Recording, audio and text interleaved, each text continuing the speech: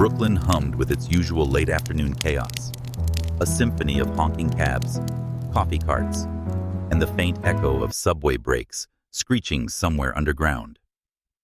Inside a narrow street, tucked between a vintage bookstore and a florist that smelled of peonies and rain, the breakup makeover agency quietly thrived. Its glass door etched with delicate gold lettering hardly betrayed the emotional wars waged behind it. Madison Walker adjusted the strap of her tailored blazer as she stood by the large mirror that dominated the far wall. Her reflection stared back at her poised, polished calm, the kind of woman she had taught herself to be. Yet beneath the rich cocoa tone of her skin and the elegance of her stance, a current of memory tugged. The past had sharp teeth, and though she had become skilled at silencing its bite, there were days when it still drew blood. "Straighten your shoulders, Trina." "Yes, like that. Now chin up." Madison's voice floated through the airy studio, smooth yet firm. The young woman in front of her, a petite brunette in a navy shift dress, looked like she'd been caught in a storm and hadn't yet found her way out. Mascara stains lingered faintly at the edges of her eyes, evidence of an emotional collapse only hours earlier. Her trembling fingers clutched a paper cup of iced latte, the condensation dripping onto the polished wooden floor. "I don't think I can do this," Trina whispered, her voice hesitant. "What if I break down when I see him? What if I—" "You won't?" Madison cut in gently, closing the distance between them. She tilted Trina's chin so their eyes met in the mirror. "You're not here to chase after him. You're here to show him and yourself that you can exist without him. You can be stronger, sharper, and more radiant than he deserves." The studio lights glinted off Madison's bold pearl earrings as she smiled softly, coaxing confidence out of her client like an artist coaxing color from an empty canvas. Now she smiled, picking up her camera from the side table. Not just any smile. The kind that says you know something he doesn't. A secret he'll never be a part of again. Trina hesitated, then exhaled. Slowly, carefully, her lips curved upward. It wasn't perfect, but there beneath the hesitancy, a spark flickered. Madison snapped the shot. The shutter clicked, capturing more than a face, it captured a reclaiming. "Better," Madison murmured. "Imagine he's standing before you with a bouquet asking for a second chance." Trina laughed unexpectedly and freely. A bright, short sound sliced through the fog of heartbreak like sunlight. "Good," Madison said, almost to herself. "That laugh, that's your weapon. Don't underestimate it." The agency had been built on such moments, women reclaiming themselves piece by piece. Makeup stations lined one wall, stacked with lipsticks in shades that spoke louder than words.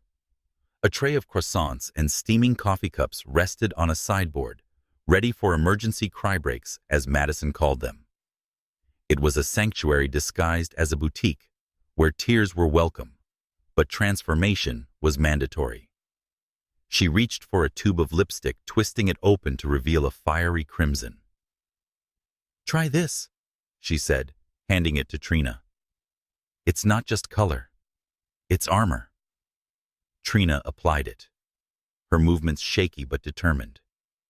Madison watched the shift shoulders' squaring eyes, narrowing ever so slightly. With each dab of red, Trina shed weeks of sorrow. "Yes," Madison whispered. "That's power." When she switched her camera to video mode and asked Trina to walk across the studio, the young woman started timidly faltering. But by the time she reached Madison, something had changed. The grief was still there, but it no longer owned her. That, Madison said, lowering the camera, is the look that will make him choke on regret. A knock on the glass door signaled her assistant Liza, dressed in her signature black jumpsuit, tablet in hand. "Time check, coach. You're due at the Hilton in 30 minutes. Madison cursed softly under her breath. She had promised Claire, her former client, and now friend, that she'd attend her wedding that evening. Claire had once sat in the very same chair Trina now occupied, sobbing over a man who had belittled her, until she couldn't recognize her own reflection. Tonight, Claire would marry someone new, someone kind. Madison wouldn't miss it. Trina Liza will take you through your next step, social media strategy. She's the best at it. Trina's eyes glistened. Thank you, Madison. I might be okay after all. No, Madison corrected with a warm squeeze on her client's shoulder. You'll be better. Minutes later, she was out the door, her sling bag across her shoulder as she slid into her sleek black sedan. Manhattan awaited all glitter and glass, a city that thrived on reinvention. The Hilton's ballroom shimmered with gold accents and soft rose arrangements. Crystal chandeliers spilled light across a sea of silk gowns and tuxedos. Madison moved through the crowd with the grace of someone used to being both seen and unseen. Madison Claire's voice rang out. The bride, radiant in an off-shoulder gown, rushed forward, Ethan the groom at her side. You came, Claire said breathlessly. I wouldn't be here without you. Madison hugged her, inhaling the familiar scent of vanilla and lavender. This is all you, Claire. You did the work. You chose yourself first. That's why you're glowing. Tears welled in Claire's eyes. Still, you taught me to believe I deserved more. For that, I'll always thank you. Madison's heart softened. This was why she had built the agency, not to erase pain, but to repurpose it. She was heading toward her table when a shadow cut across her path. Madison Walker Wright. She looked up. The man standing before her was tall, broad-shouldered. His navy suit, tailored precisely. His hair was chestnut brown, neatly combed, his jaw sharp enough to slice through glass. And his smile carried the kind of confidence that could either charm or wound, depending on its intention. Yes, she said cautiously. And you are. He extended his hand, the gesture casual yet commanding. Adrian Villarreal. The name jolted through her like static. Villarreal. I've heard about you, he continued smoothly, his voice a low rumble laced with amusement. Marco's ex-fiancée. The wedding that never happened. Her blood chilled. It was as though the music had cut, the laughter dimmed, and only the echo of that name remained. Marco. 2 years gone, and yet the sound was still a blade. Impressive, she said flatly, arching a brow. Did you rehearse that line? Adrian chuckled, unbothered. No, just stating a fact. He's my cousin. Madison's stomach nodded. Of course. The resemblance was faint but undeniable. The same sharp nose and air of entitlement. And yet, Adrian carried himself differently. Where Marco had been reckless, Adrian radiated calculated control. Well then, she said coolly, stepping aside. Excuse me.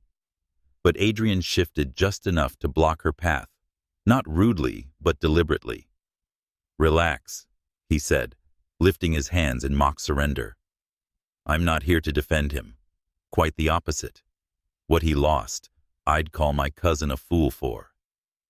Her eyes narrowed, searching his expression for insincerity. He met her gaze steadily, his smirk fading into something quieter. Almost genuine. Before she could respond, Claire's voice cut across the room.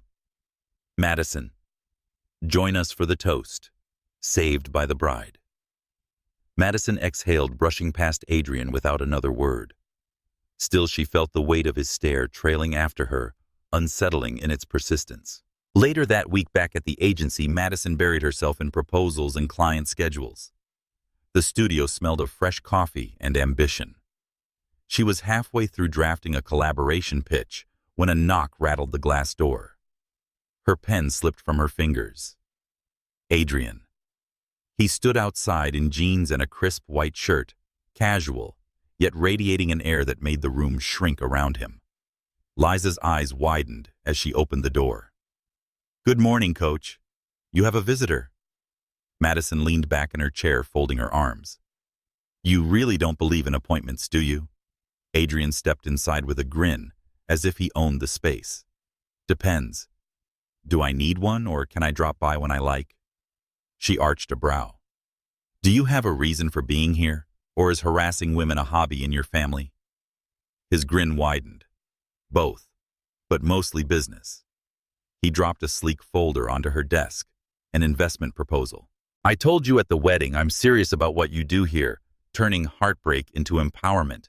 It's genius, and I want in." Madison stared at him, her pulse quickening. She had spent years building walls, ensuring no trace of Marco or his family could penetrate her life again. Yet here was Adrian standing in her sanctuary, offering money partnership opportunity. And beneath it all, something more dangerous: intrigue. The morning sun had barely spilled over Brooklyn's skyline when Madison unlocked the agency's glass door. The hum of the city outside felt distant, muted, as if the world had pressed pause just for her. Inside, the air smelled faintly of lavender polish and freshly ground coffee, a comfort she relied on more than she admitted. She was alone for once. Liza hadn't yet arrived, and the silence wrapped around her like a fragile shield.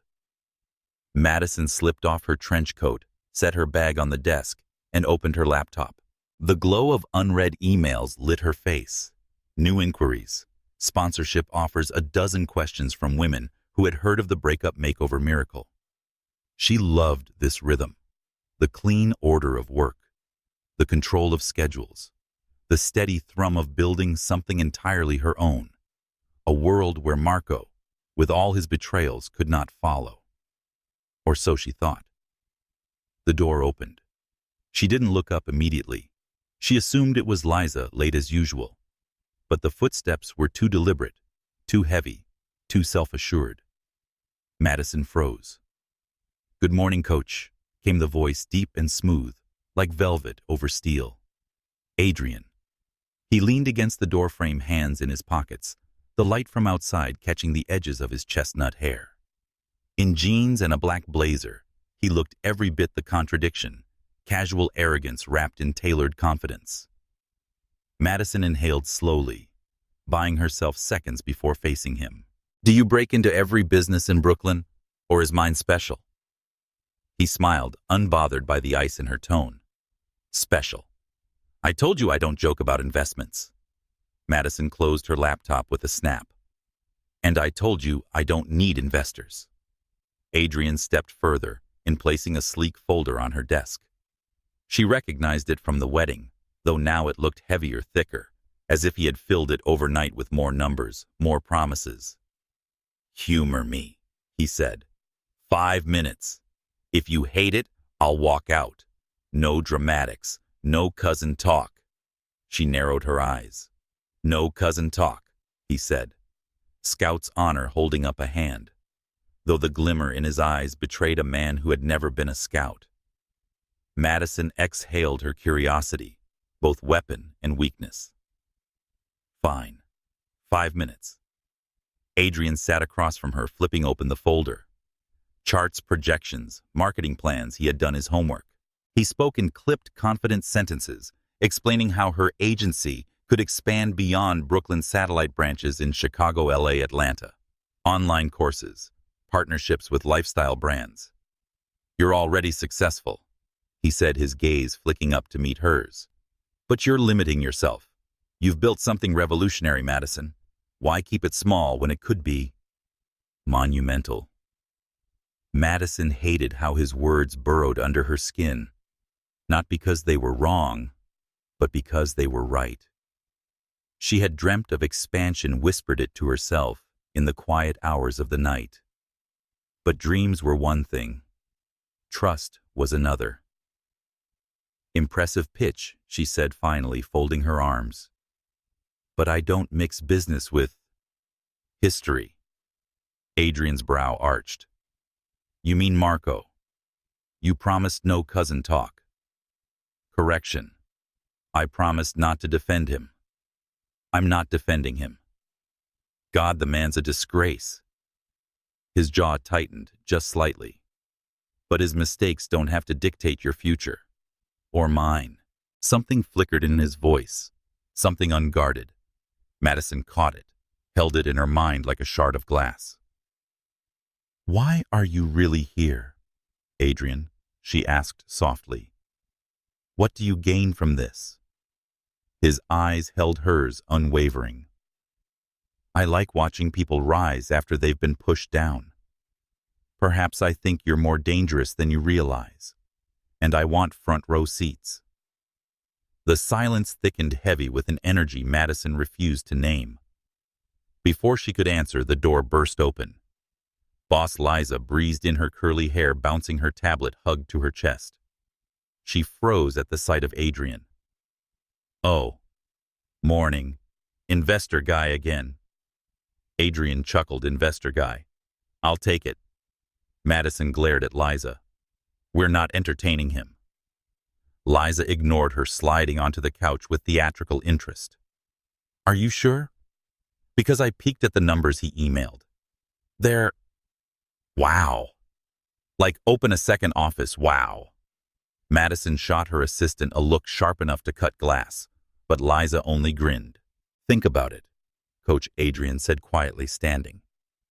You don't have to decide today. But don't slam the door so hard, you lock yourself inside. With that, he gathered his folder and left his cologne lingering in the air like an uninvited thought. The rest of the morning passed in a blur. Madison buried herself in client sessions, guiding a shy young woman named Kira through mock date exercises. Kira's hands shook as she tried to hold eye contact, her words stumbling over simple questions. Don't overthink, Madison coached gently. You're not auditioning. You're existing. Be present. Look into his eyes as if he's the only person in the room. And for a fleeting second, Madison did precisely that, except the eyes she saw weren't Kira's. They were Adrian's, steady, amused, impossible to ignore. Her chest tightened. She blinked hard, breaking the illusion. Kira smiled nervously. Did I do it right? You did fine, Madison said, forcing a smile. But as Kira left, Madison's pulse still thrummed with the memory of Adrian's gaze, unshakable as a ghost. That evening, Madison found herself restless. She had planned to review contracts, but her mind replayed Adrian's words, charts, and confidence. Expansion, growth, monumental. She hated how tempting it sounded. Her phone buzzed, a text from an unknown number. Dinner. My treat. No pitch, just food. Adrian Madison's first instinct was to delete it, but her fingers lingered over the screen. She should ignore him. She had every reason to. And yet, her heart betrayed her. Where she typed. The restaurant was in Tribeca, dimly lit, where conversations were cloaked in privacy and wine flowed like secrets.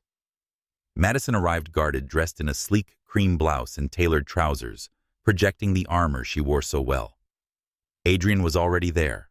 A bottle of wine uncorked his jacket, draped carelessly over the chair. You came, he said, his smile infuriatingly genuine. 5 minutes, Madison warned. And I'm timing it. He laughed softly, pouring her a glass. You know, for someone who runs a business about recovery, you're terrified of living. Madison's lips parted, ready to retort, but his words pierced deeper than she expected.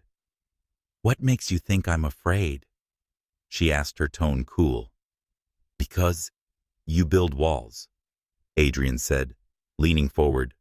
Tall ones, strong ones. And you're damn good at it. But walls don't just keep people out. They keep you trapped in. The wine tasted sharp, almost bitter, as Madison sipped to buy herself silence. She wanted to argue, to cut him down with a clever line, but a flicker of recognition stopped her. He wasn't entirely wrong. Tell me something, Adrian, she said finally. Why do you care if I'm trapped? His gaze softened, his voice lower. Because I know what it feels like. and I wouldn't wish it on anyone, least of all you.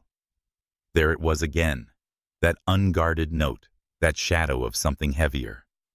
Madison studied him, her mind racing. He wasn't just a charming investor. He carried his own ghosts, and that was dangerous. By the time dinner ended, Madison was unsettled. Adrian hadn't pitched once, hadn't mentioned money. He had only asked about her client's dreams and fears, questions Marco had never thought to ask. As she slid into a cab outside, her phone buzzed again. See no pitch, just food. Sweet dreams, coach. Madison typed back, then erased the words before sending. She stared at the glowing city, her chest tight with something she refused to name. The following morning, the agency buzzed with new energy. Clients booked consultations back to back. The phone never stopped ringing, and even Liza seemed unusually efficient.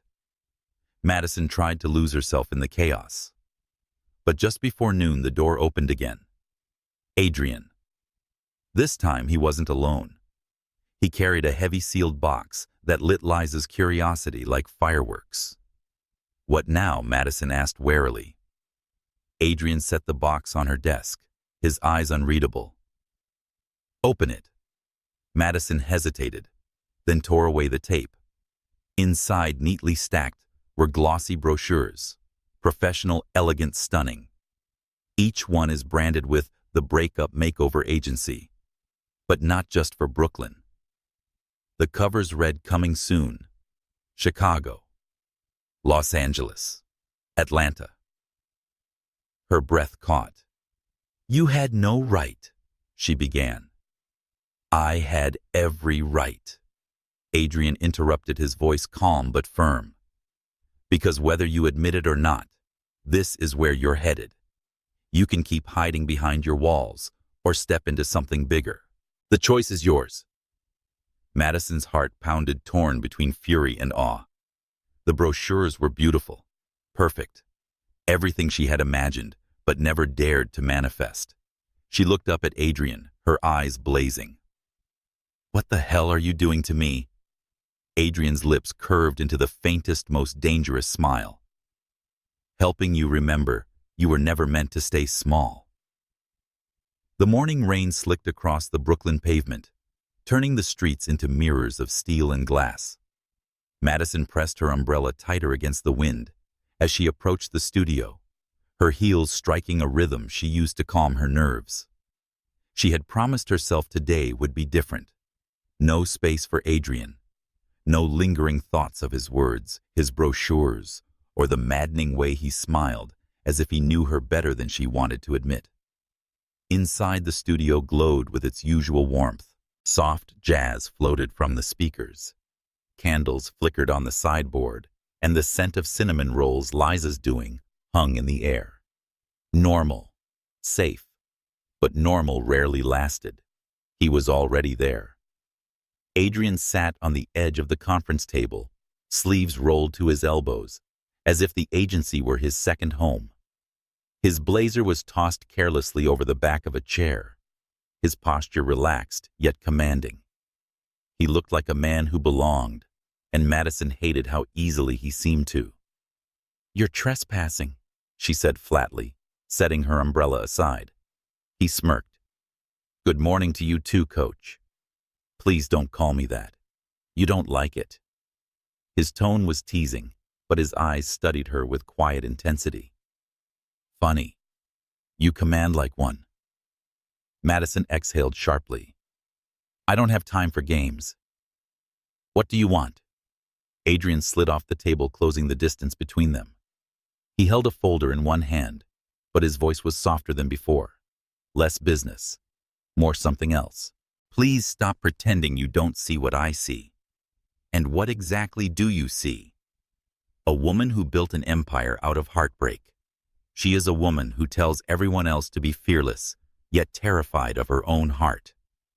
The words struck deeper than she expected. Madison stiffened her armor, snapping back into place. That's presumptuous even for you. Before he could answer, the door opened. Liza stumbled in with an armful of coffee trays, eyes widening when she caught the tension.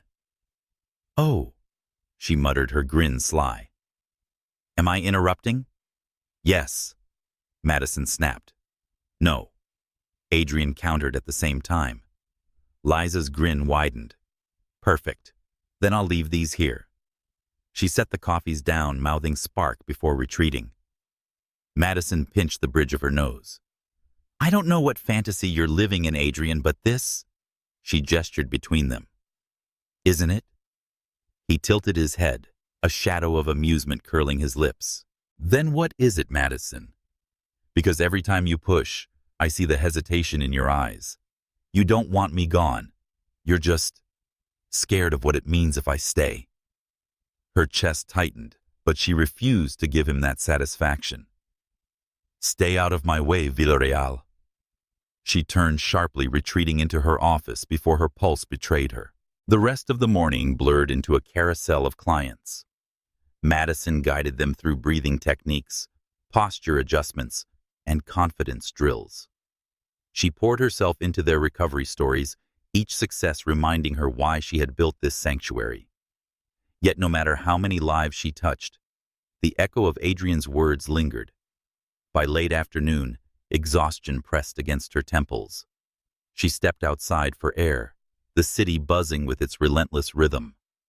And there he was again, leaning casually against the lamppost, as if the sidewalk belonged to him. Stalking is a crime, she muttered, walking past. Coincidence, he said, falling into step beside her. There's a cafe around the corner. Thought you might want company. I don't. Then consider it charity. You look like you haven't eaten since dawn. Her stomach betrayed her with a low growl. Madison glared at him, but he only smiled. Minutes later, they sat across from each other in a quiet corner of a cafe that smelled of roasted beans and vanilla syrup. Madison wrapped her hands around the warmth of her mug, determined to keep her guard high.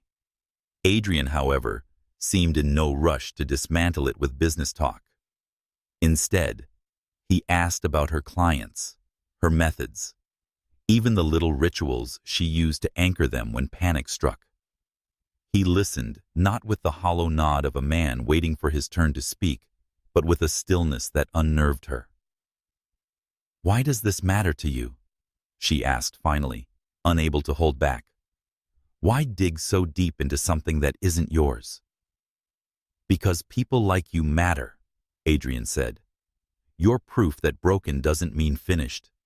That's rare. And rare things. He paused, his voice quieter now. Rare things are worth holding on to. Madison's breath caught her gaze flicking away.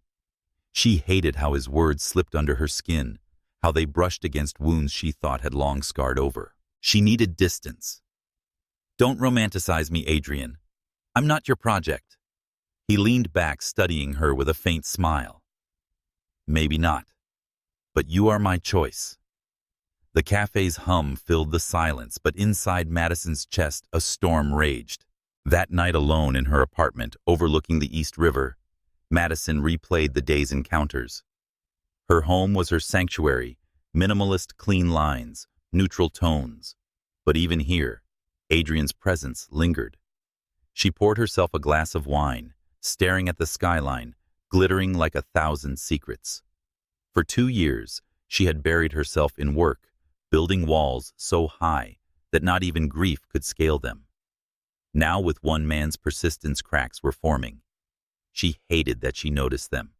She hated even more than she wanted to. Her phone buzzed a message. Still think you don't need me. Madison closed her eyes, the ghost of a smile tugging at her lips despite herself. She typed back nothing. Silence was safer. And yet, long after she set her phone down, her mind whispered the truth she refused to say. She was no longer sure. The following week, the agency hosted its first small networking event, a chance for former clients to share their recovery journeys. Madison had designed it as both inspiration and proof of what healing could look like. The studio buzzed with laughter and clinking glasses. Women who had once walked in broken now glowed with newfound strength. Madison moved through the crowd, gracefully offering encouragement, pride swelling in her chest. Then Adrian appeared at her side, effortlessly slipping into the role of host, as if he belonged there. He introduced her to guests with reverence, his voice carrying across the room. "This is Madison Walker, the mind and heart of Breakup Makeover. She doesn't just rebuild confidence, she rebuilds lives." Madison flushed, caught between gratitude and discomfort. His gaze lingered on her as if daring her to deny it. Later, as the event wound down, Madison found herself alone by the window, the city's neon glow spilling inside. Adrian approached quietly, his presence like gravity. "You're extraordinary," he said softly. She shook her head, forcing a smile. "I'm ordinary. I help people remember they are too." He stepped closer, close enough that she could feel the heat radiating from him. "Ordinary doesn't set rooms on fire just by walking in." Her pulse quickened. She opened her mouth to deflect, to push him back with words. But before she could, his expression shifted, shadows crossing his features. "Madison," he said, his tone suddenly raw. "There's something you should know." Her heart stalled. He hesitated, the mask slipping for the first time since she had met him. "I wasn't entirely honest about why I came back from Mexico. It wasn't just business. Or you." Madison's stomach knotted. "Then what was it?" Adrian looked away, jaw clenched. "Marco. There are things about him. Things you don't know. And before this goes any further, you need to." The air thickened, heavy with dread. For the first time, Madison saw not the confident investor, not the teasing intruder, but a man carrying secrets that could shatter everything. And suddenly the walls she had built didn't feel tall enough. Rain lashed Manhattan in restless waves that night, streaking across the windows of Madison's apartment like claws on glass. She stood barefoot in her living room, arms folded, staring at the East River, where fairy lights blurred against the storm. Adrian's words still echoed in her ears. "There are things about Marco you don't know." It was absurd. She had spent 2 years exorcising Marco from her life, burning photos, deleting numbers, discarding gifts that once pretended to mean forever. And yet, with one sentence, Adrian had undone her carefully built silence. Her phone buzzed on the counter. A single message glowed across the screen. "Can we talk?" She considered ignoring it, but curiosity was venom. It spread fast, seeping under skin. Against better judgment, she typed back, "Tomorrow. Noon. My office. 1 hour. No more." The following day, the studio smelled faintly of sandalwood and coffee. Madison arrived early. Her nerves tightly wound, her blouse crisp as armor. By the time Adrian walked in, rain still dripping from his collar. She was seated at the conference table, pen poised as though this were another business meeting. He smiled faintly. "You look like you're preparing to cross-examine me." "Don't flatter yourself. Sit." Adrian obeyed, uncharacteristically solemn. He folded his hands, his usual smirk replaced by something more complex. Madison sensed hesitation for the first time since she met him, like a man towing the edge of a confession. "You knew Marco as a lover," he began. "I knew him as family. And family sees the things romance tries to hide." Her pulse ticked faster, though her voice remained cool. "Go on." Adrian leaned forward. "Marco didn't just betray you with another woman. That was only the part you saw. You didn't see how deep his pattern went, business, money, lies. He used people, Madison, and he left wreckage behind." Her throat tightened. "Do I need to hear this now?" "Why?" "Because he's not finished." Adrian's voice cut sharply. "You walked away from him. Good, but men like Marco don't let go. They circle back sooner or later." Madison forced a laugh, though it sounded brittle even to her. "That's ridiculous. He has a wife now, a family." Adrian's eyes darkened. Marriage never stopped him before. "You, of all people, should know that." The words landed like a slap. Madison's pen slipped from her fingers, clattering to the table. For a moment she hated Adrian, not for the truth, but for dragging it back into light. "Stop," she whispered. "I don't need protecting. Not from him. Not from you." Adrian's expression softened, though his jaw remained taut. "I'm not trying to protect you, Madison. I'm trying to prepare you." The conversation bled into silence. Rain hammered the studio's glass walls, filling the space with its relentless pulse. Madison rose, pacing her heels, clicking against polished wood. "You don't get it," she said finally. "I've built my entire life around forgetting, and you want to hand me his ghost like a gift." Adrian stood, closing the gap between them. His presence was heat-steady and unyielding. "I want you to understand that Ghost has teeth, and if he comes back, he won't just haunt you, he'll bite." For a heartbeat, they stood close enough for the storm outside to fade. Madison's breath caught her body, betraying her with a pull she despised. "You should go," she murmured. Adrian didn't move. His gaze held hers, unwavering, as if silently daring her to admit what simmered between them. Finally, he exhaled, stepping back. "1 hour," he said softly.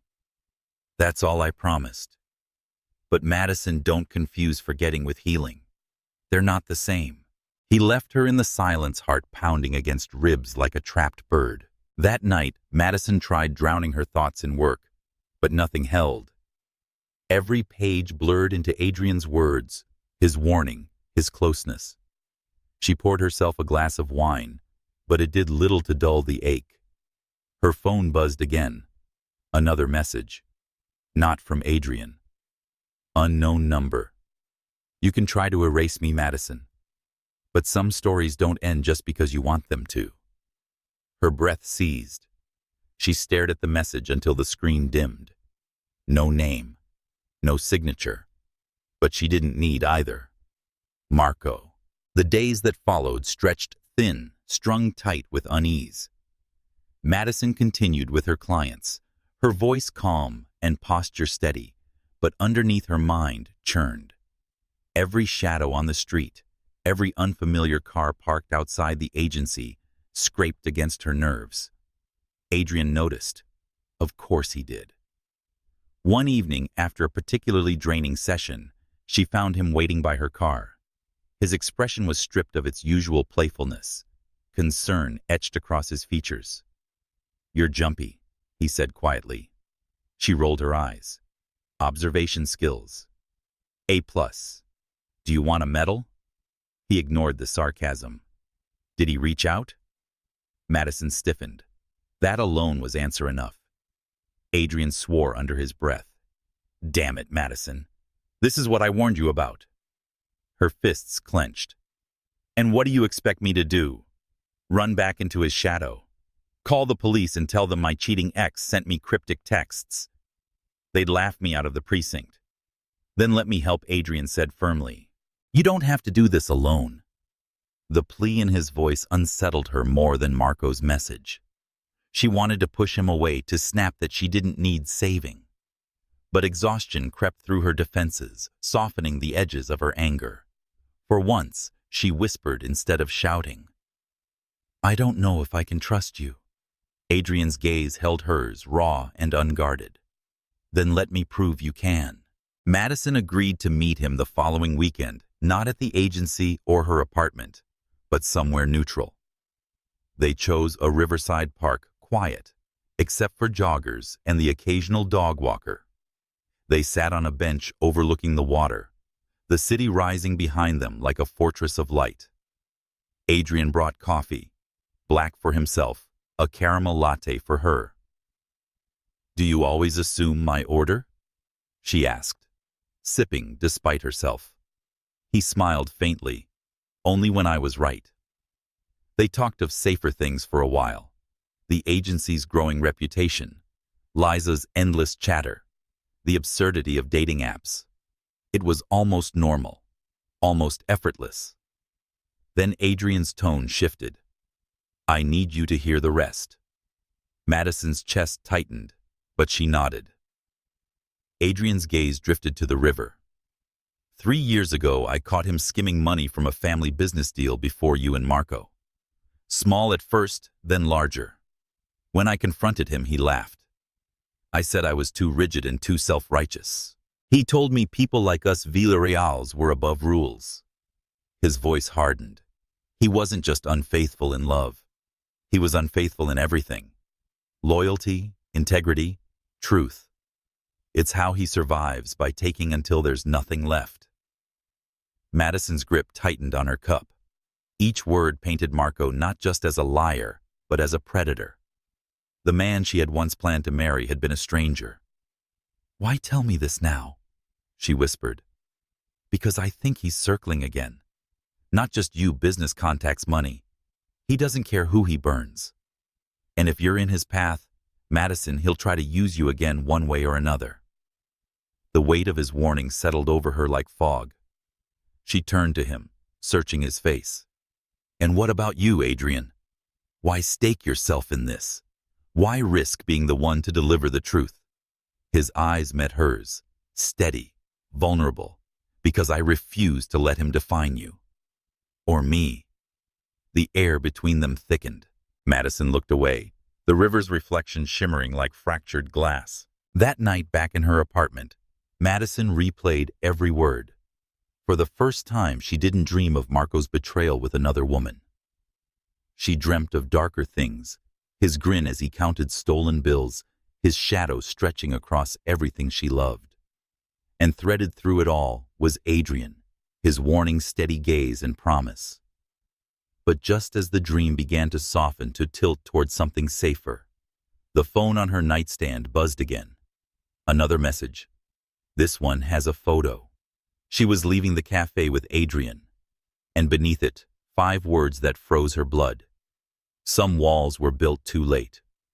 Rain clung to the glass walls of the agency, city lights bleeding through in fractured streaks. Madison sat frozen in her chair, her phone still in her hand. That photograph burned into her eyes, her with Adrian leaving a cafe. Marco's shadow wasn't just hovering anymore. He was watching. Close. Adrian leaned against the far wall. Arms crossed, his expression unreadable, but his presence magnetic. He had been quiet since she showed him the message, and the silence was louder than thunder. Finally, she broke it. "He knows where I am, who I'm with. He's not done." Adrian pushed off the wall, his voice steady. "No, he's starting." Her pulse quickened, anger flaring. "You make it sound like a game." "It is a game to him," Adrian said, stepping closer. "But to you, it's war. And if you think you can fight it by pretending you don't need anyone, you'll lose before it begins." She met his gaze, fire colliding with fire. "I survived Marco once. Please don't assume I'm fragile now." His jaw tightened, but he reached for her phone instead of arguing. His thumb brushed too close to her skin as he tilted the screen toward himself. "This isn't survival anymore, Madison.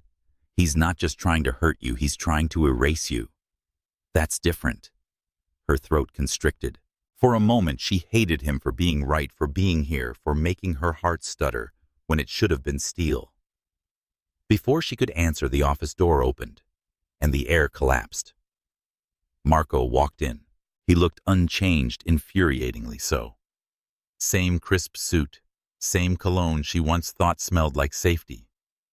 The sight of him made Madison's stomach twist, memories flooding like a tide she couldn't stop. "Madison," Marco said smoothly, as if he were greeting her at a dinner party and not stepping into the wreckage of her life. His eyes flicked to Adrian, disdain curling his lips. "And the cousin? How quaint." Adrian stiffened, but Madison spoke first, her voice sharp. "What the hell are you doing here?" Marco spread his hands, that familiar performance of innocence. "Just wanted to see you, to talk. You've ignored my calls." Her laugh was bitter. 2 years of silence wasn't a hint. Marco's smile wavered for a fraction of a second, then steadied. "You always had a flair for dramatics." Adrian stepped forward, shoulders squared. Leave, Marco. You're not welcome. Ah, Adrian, Marco sneered. Always so noble. Always playing protector. But tell me, cousin, does she know how ruthless you can be when the deal is sweet enough? The words hung in the air like a blade. Madison felt her heart seize doubt creeping in where trust had barely begun. Adrian's voice was cold. Don't twist this. This isn't about me. This is about what you did to her. Marco's gaze slid back to Madison, his smile softening into something almost tender and infinitely crueler. I made mistakes. I admit that. But you've built an empire out of bitterness. Doesn't that exhaust you? Maddie, pretending you don't still ache. Her chest tightened, but instead of faltering, she straightened fire, igniting in her veins. The only exhausting thing is hearing your voice again. Adrian's eyes flicked to her, pride sparking there, but Marco only smirked. This isn't over, he murmured. You'll see. And just like that, he turned and left the door clicking shut behind him, leaving silence thick enough to choke on. Madison sank into her chair, her hands trembling. Adrian hovered, torn between giving her space and breaking the distance. Finally, she whispered, "Why now? Why after all this time?" Adrian's answer was soft but heavy. Because he sees you rising, and nothing terrifies a man like Marco more than a woman he couldn't break. Her throat closed around the truth of it. She wanted to scream, cry, and run, but instead she sat there steady as stone, even as her world shifted again. 2 nights later, the agency buzzed with activity. Madison threw herself into work, refusing to let Marco's shadow dictate her rhythm.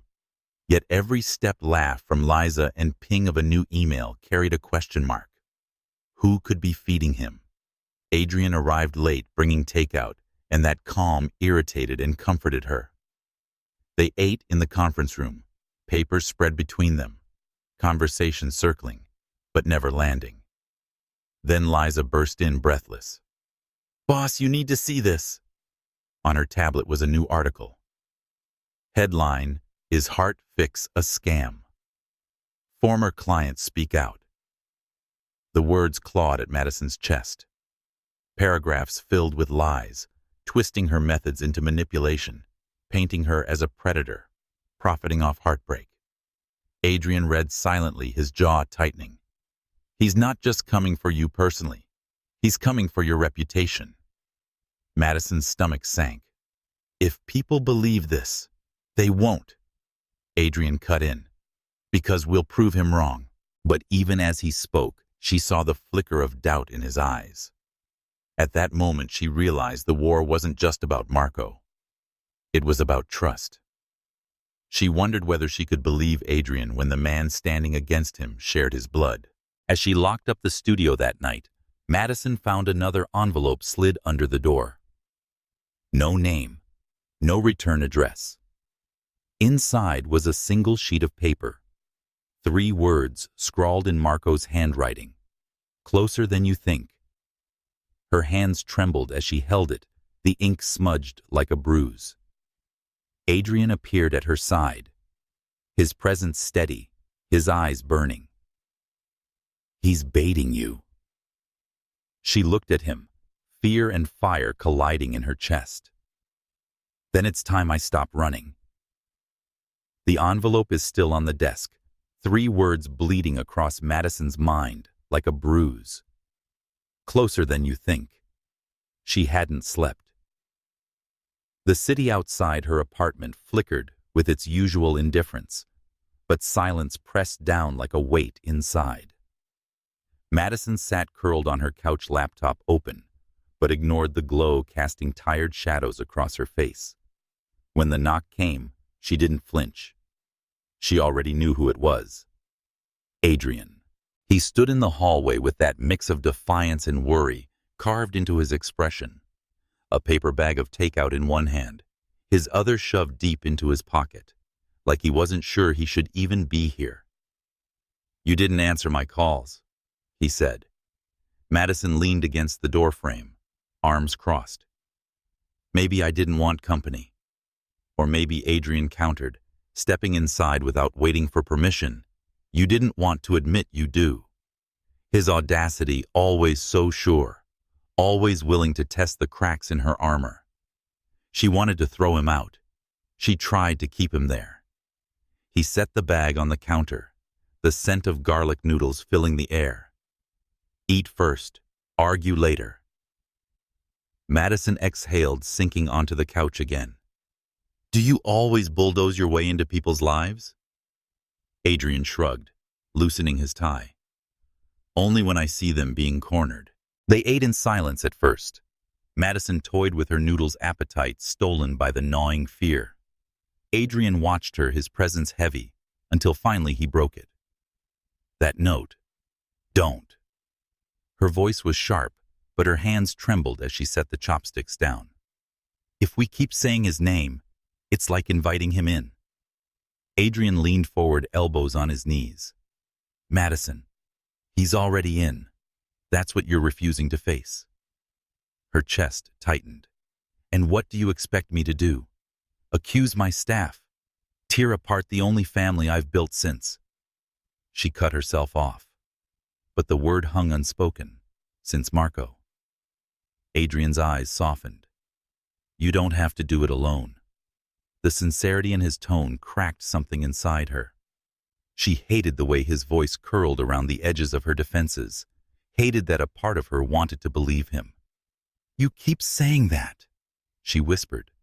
But what happens when I let you in, and you're not who I think you are? Adrian's jaw tightened. Then that's on me. But you can't keep punishing yourself by pushing everyone away. The silence stretched electric. Madison looked at him, and the truth hit her like a tide. He wasn't just here for business strategy and revenge against Marco. He was here for her, and that terrified her more than Marco ever could. Later, as the night deepened, Madison found herself pacing the apartment, the city hum seeping through the windows. Adrian sat on the couch, jacket off, tie discarded, watching her with a patience that unnerved her. Why do you care? She asked suddenly, the question bursting like it had been caged too long. Why me? He didn't flinch. Because I've seen what it looks like when someone takes everything from you. And because somewhere along the way, I stopped wanting to be the man who only watched from the sidelines. Her breath caught. Adrian stood slowly, crossing the space between them, giving her room to stop him. She didn't move. I care because you fight like hell, even when you're bleeding, he said softly. And because you make me believe in something I didn't think I could anymore. Madison's heart thundered. Every instinct screamed to push him away, but her body betrayed her, leaning closer. Adrian. His hand lifted, brushing against her cheek, and for a moment, the world stilled. Then his lips touched hers, gentle at first, almost hesitant, like asking a question. Madison froze, torn between fear and desire. But then she let herself fall into his warmth, just for a heartbeat. The kiss deepened, not wildfire this time, but gravity, inevitable, unrelenting.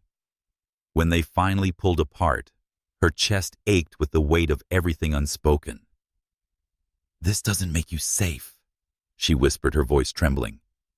Adrian's eyes burned. It doesn't make me leave either. The next morning, the agency was a battlefield of whispers.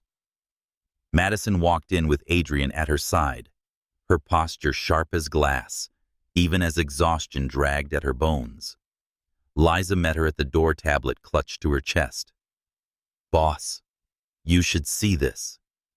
On the screen was another article. Not just lies. This time screenshots of supposed emails between Madison and clients mocking them behind their backs. Fabricated, vicious, but believable enough to sting. Her staff exchanged uneasy glances. Doubt lingered in the air like smoke. Madison's stomach dropped. This wasn't public yesterday. How Adrian took the tablet, his jaw tightening.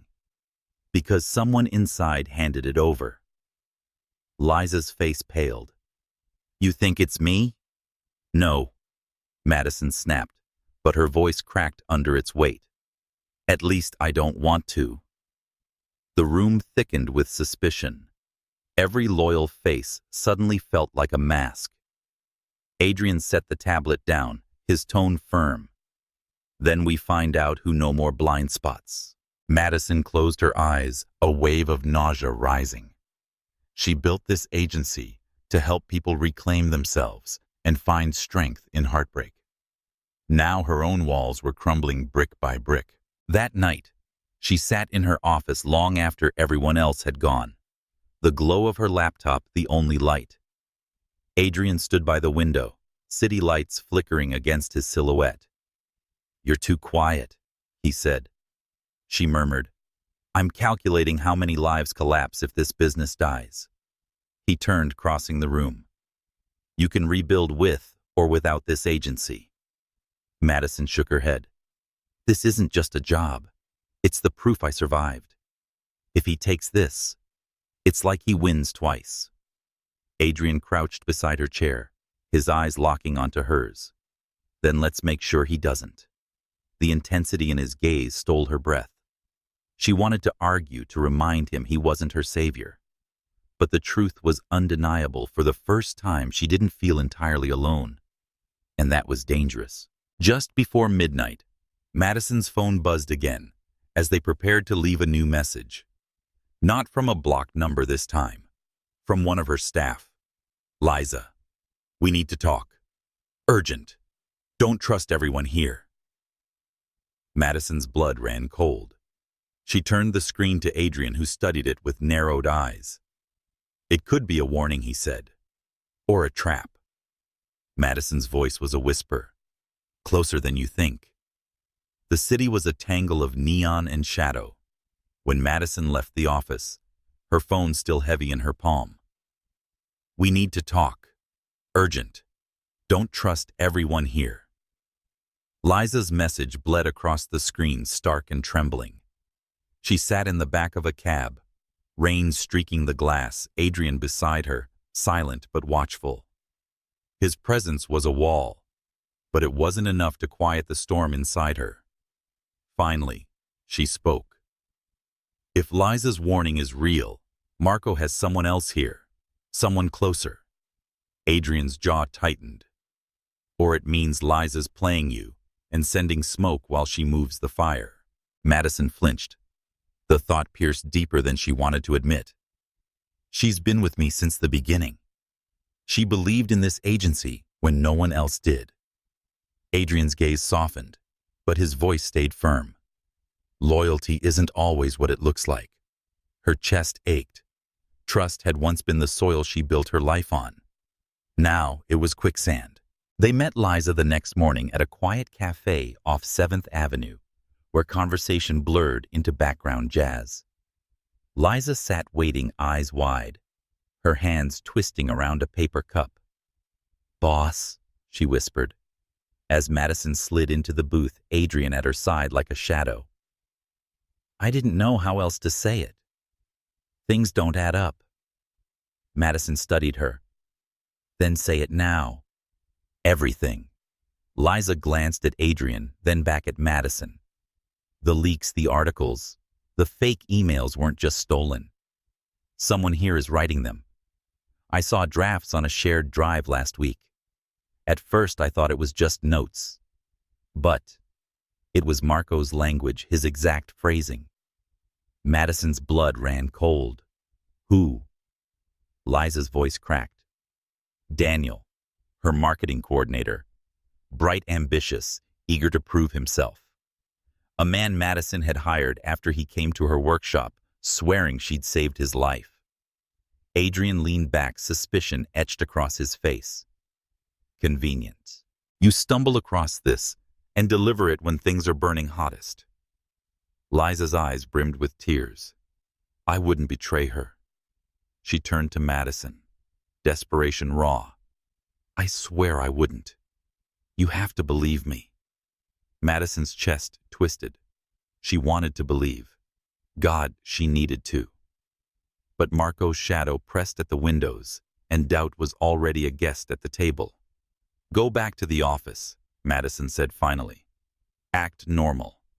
I'll handle Daniel. Liza nodded, relief flickering, and left quickly, her footsteps light, but her shoulders heavy. When she was gone, Adrian leaned closer. She's lying. You don't know that, Madison snapped. I know fear when I see it, he countered. She's hiding something. Madison turned away, her throat tight. Or maybe she's just scared like me. That night, the office was empty but for Madison and Adrian. Papers littered her desk, her laptop glowing with contracts she couldn't focus on. Adrian stood by the window, city lights flickering across his sharp profile. Talk to me, he said softly. Madison laughed bitterly. Talk about what? That my staff might be selling me out. I can't even see that Marco is pulling strings. That I kissed you last night and can't stop replaying it. The last words slipped out before she could stop them. Silence fell heavily. Adrian turned his gaze, locking onto hers. And which of those terrifies you most? Her breath caught all of them. He crossed the room slowly, each step deliberate, like he was giving her time to flee. She didn't. Madison, he murmured, you don't have to fight me the way you fight him. Her heart thundered. She wanted to resist, to pull back into her fortress of glass and steel. But when he reached her, when his hand brushed her arm, she melted against him, as if she had been waiting for this gravity all along. His lips found hers again, this time, fierce, desperate, unashamed. She kissed him back, pouring into it every ache, every fear, every fragile hope she had buried. When they broke apart, her voice shook. If this destroys me, it won't, he said, his forehead resting against hers. Not with me. The next day brought no peace. Madison walked into the agency to find a storm brewing, clients, calling staff, whispering tension, simmering in every corner. Daniel greeted her with his usual smile, too bright, too eager. Morning, boss. She studied him, every gesture now painted with suspicion. Was it guilt in his eyes? Or was it just her fear shaping shadows? By noon, an anonymous email hit her inbox. Subject: check the accounts. Madison clicked and froze. Attached were bank transfers. Thousands of dollars. From her agency's account to an offshore one. The signature on the authorization Daniel's. Her hands shook as she showed Adrian. He's not just leaking information, Adrian said darkly. He's funding Marco. Madison's chest constricted. Betrayal had always cut her, but this was deeper. Someone she had saved, someone she had lifted, had sold her out. That night, alone in her apartment, Madison stared at the city lights, her heart a battlefield. Adrian's touch still lingered on her lips, but so did the sting of betrayal. Marco's words echoed in her mind. Closer than you think. He had been right. The traitor wasn't at the door. He was already inside. The evidence sat on Madison's desk, like a coiled snake bank, records, offshore accounts. Daniel's name threaded through every transaction like a curse. She stared at the printouts until the numbers blurred, until her throat tightened, and her hands trembled with something that was not just anger, but grief. Adrian leaned against the corner of her desk, arms crossed, his face carved with calm fury. You can't let him walk through those doors tomorrow, not after this. Madison lifted her gaze to him, her voice raw. I gave him a job when he had nothing. He told me this agency saved his life. Do you understand? He wasn't just staff, Adrian. He was family. Adrian's jaw flexed. Then he's proof that family can cut deepest. The words hit harder than she wanted them to. She turned away, her chest aching, her eyes dragging across the framed photographs lining her shelf. Smiling clients, glowing testimonials, Moments where the agency wasn't just a business, but a resurrection ground. Daniel was in some of those photos too, his grin wide, his arm draped over teammates. Her sanctuary now felt like a crime scene. They waited until late that night, the office cloaked in silence. Daniel had agreed to meet, clueless that the ground was shifting beneath him. Madison sat behind her desk, Adrian standing tall like a sentinel. The door opened, and Daniel stepped in.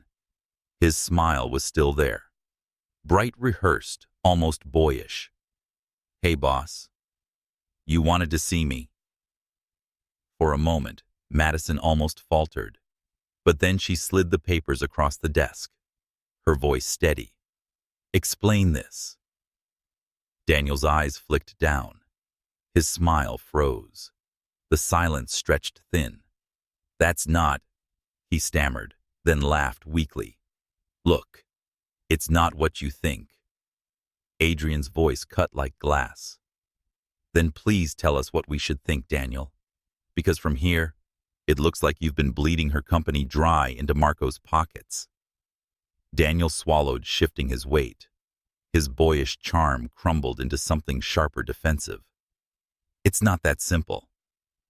Madison rose from her chair, her palms flat on the desk. "Then make it simple. Right now." The room tightened. Daniel's voice broke as he spoke. I owed him. Marco found me before you did. He paid off my debts and promised me a future. And when you gave me this job, he said it was fate, that I could help him while helping you." Madison's stomach churned. "Help me," he said. Daniel faltered, shame flooding his features. "He said you'd forgive anything and always see the best in people, that you were blind." The word pierced like a blade. Adrian stepped forward, his body taut with restrained rage, but Madison lifted her hand. Her voice was steel now. "Do you know what hurts most, Daniel? Not the money, not even the lies. You let him use my kindness as a weapon against me." Daniel's eyes watered. "I never wanted to hurt you. I didn't know how to stop." Adrian's tone was low, lethal. "You stop now." The air pulsed with silence until Madison finally spoke. "You're done here. Pack your things. You'll hear from my lawyers." Daniel flinched as if struck, then turned and stumbled out the door, closing behind him with a hollow thud. The moment he was gone, Madison's knees weakened. She sank into her chair, her head falling into her hands. Adrian was there instantly, his hand resting on her shoulder, grounding her. "You did the right thing," he murmured. Her laugh was bitter. "Then why does it feel like I just carved out my own heart?" He crouched beside her, his face level with hers, his voice softer now. "Because you care. That's your greatest strength, Maddie. Don't let Marco turn it into a weakness." Her throat ached. She lifted her gaze to him, and for a suspended second the world outside vanished. There was only Adrian, the man who infuriated, protected, and kissed her like no one else ever had. She whispered, almost trembling, "What if he's right? What if I am blind?" Adrian's eyes burned into hers. "Then let me be your sight." Her breath caught. He wasn't just offering protection. He was offering himself, his presence, his trust, his heart. And for the first time in years, Madison wanted to take it. That night blurred into something dangerous. After Daniel left, Madison locked the office, but neither she nor Adrian could bring themselves to leave. Instead, they stayed, two people orbiting each other, pulled closer by gravity, stronger than logic. They ordered takeout, spread files across the table, and pretended to work. But every glance carried heat, every brush of hands sparked fire. At midnight, Adrian reached for her hand as she reached for a document. Their fingers tangled, lingered. Neither pulled away. Madison's chest thundered. "Adrian." He leaned closer, his voice rough. "Tell me to stop." But she didn't. She couldn't. Their lips met in a storm of want and fear and relief. The kiss deepened, hungry, yet reverent, a collision of two souls scarred and aching. When they finally broke apart, Madison whispered against his lips, "This is madness." Adrian smiled faintly. "Then, let's be mad together." Morning brought no reprieve. News spread fast. Daniel was gone, but rumors festered. Clients whispered, the press circled, and Marco, ever the phantom, moved closer. Madison stepped into the office and felt the eyes of her team, their fear, their doubt. She raised her chin, hiding the tremor in her hands. Adrian stood beside her, steady as stone. He had become not just her investor, but her anchor. "We'll rebuild," he murmured, as they walked past the stairs brick by brick, "and Marco will choke on the dust." She wanted to believe him. She tried to drown in his certainty. But beneath it all, a darker thought pulsed. Marco was always 3 steps ahead. And if Daniel was just the first betrayal, how many more veins of poison still ran through her agency? That night, as Madison locked the office, her phone buzzed again. Another message. "You think you've cut me out, but betrayal runs deeper than you know. Sweetheart, the blood is still mine." Her grip tightened on the phone. She felt Adrian's presence behind her, steady but silent. She didn't turn, didn't speak, because in her chest, one truth echoed louder than the city itself. Marco wasn't outside anymore. He was inside, and he wasn't done. The night Madison received Marco's last message, sleep abandoned her. She lay awake staring at the ceiling, while New York hummed below her mind, a carousel of doubts. The blood is still mine. What did he mean? When dawn arrived, she didn't feel rested, only restless. She found herself at the agency early, the sky still bruised with morning coffee untouched beside her. The office was too quiet, as if it were holding its breath. Adrian appeared not long after, coat draped over one arm, his presence filling the space with an ease she didn't realize she needed until it was there.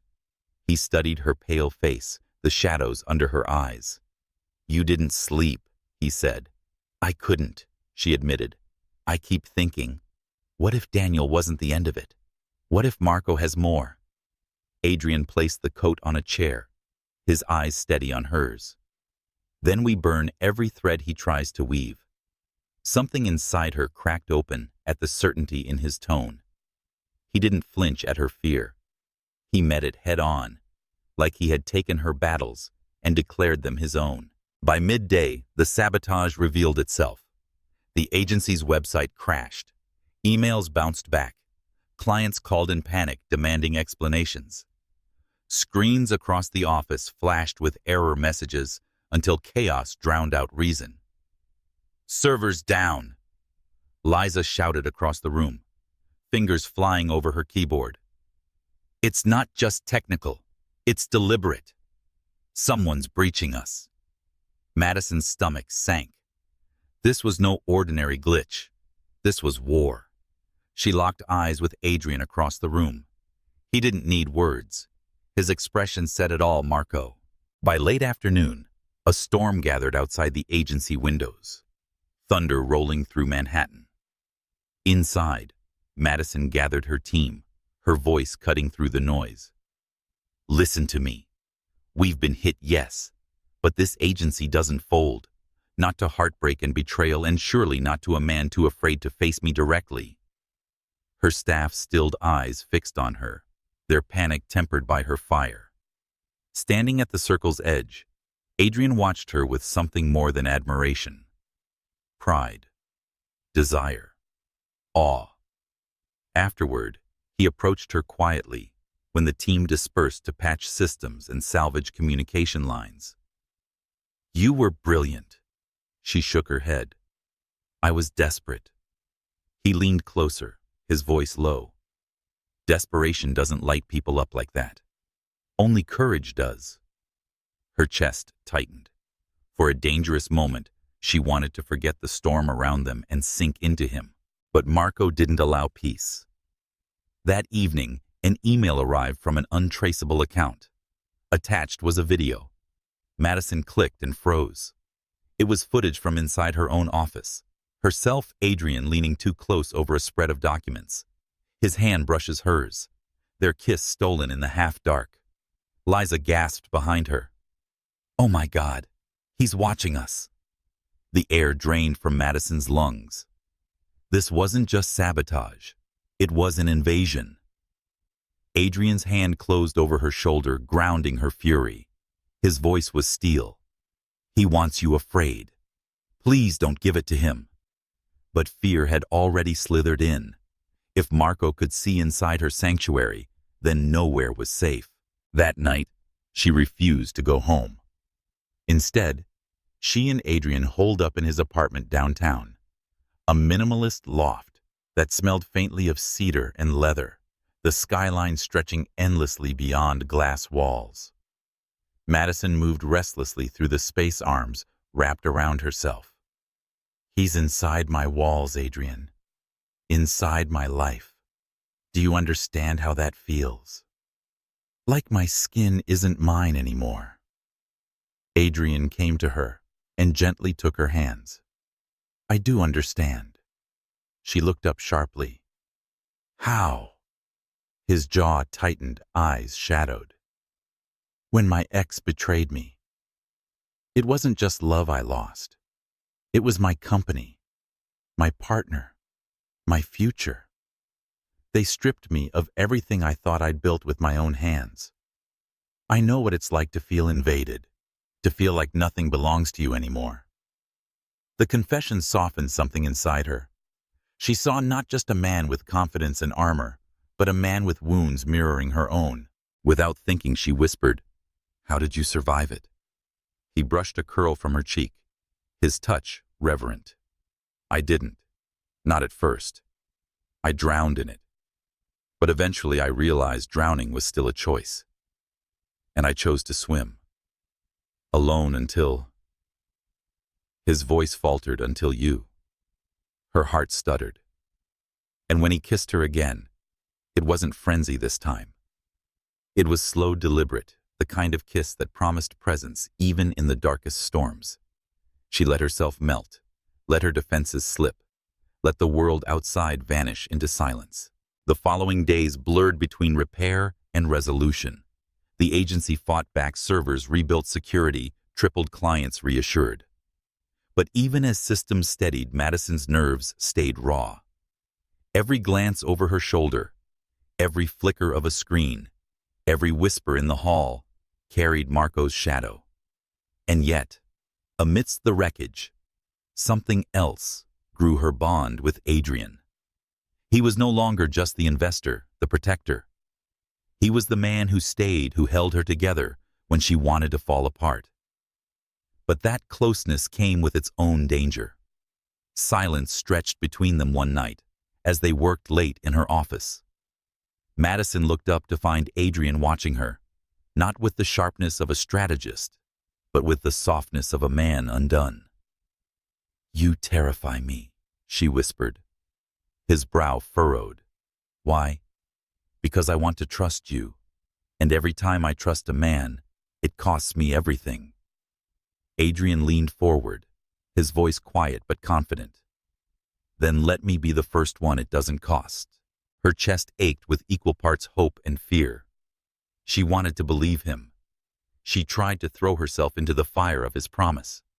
But Marco's laughter still echoed in the back of her mind. The climax came at week's end.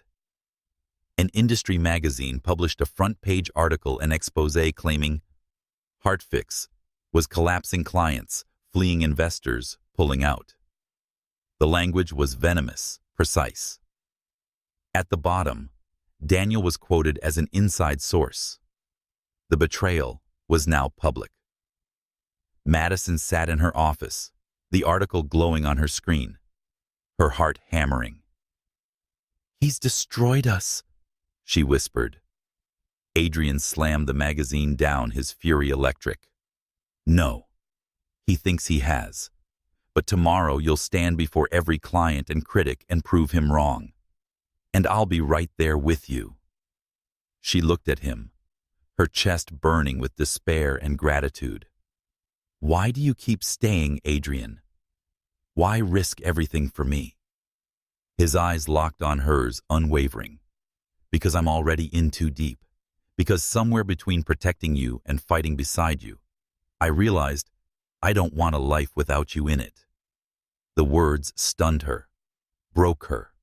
He meant them, and God helped her, and she wanted to believe. But as thunder cracked outside and the city's lights flickered, she knew Marco wasn't done. No, this was only the beginning of the end. The night before the press conference, Madison stood in front of her mirror, shoulders squared but heart unsteady. The city pulsed behind her window, alive and merciless, like a judge waiting for her plea. Tomorrow she would face the world. Tomorrow she would decide whether Marco's poison became her legacy or liberation. A knock pulled her from her thoughts. Adrian entered without waiting, as if the walls between them no longer mattered. He held 2 mugs of coffee, steam curling like breath in the air. "You're still awake," he said softly. Madison smirked, but it didn't reach her eyes. "So are you." He handed her a mug, their fingers brushing. That quiet and straightforward touch steadied her more than any speech rehearsed in her mind. "You don't have to carry this alone," Adrian said. Her chest tightened. "But I do. It's my name, my agency, my fight." He set his mug down, stepping closer until she felt his warmth surround her. "Then, let me stand in that fight with you. Not as your investor, not as your shield, but as the man who refuses to let you fall again." The words slipped past her armor. For a breathless moment, she allowed herself to lean into him, rest her head against his chest and listen to the rhythm of his heart, the one steady sound in a world of chaos. The next morning broke sharp and silver. Cameras flashed, journalists buzzed, and the air around the conference hall crackled with tension. Madison stood at the podium, every eye on her. Adrian sat in the front row, his gaze a tether keeping her grounded. She inhaled, and then she spoke. "Yes, Heartfix was attacked. Yes, we've been betrayed. But betrayal is not the end of the story. It's the proof that the story matters. Because what we do here scares men who build power from pain. We make people back. We remind them they're not ruined, they're reborn. And that is worth fighting for." The room fell into silence, then into thunderous applause. Flashbulbs exploded. Madison's voice, clear and unwavering, drowned out Marco's shadows.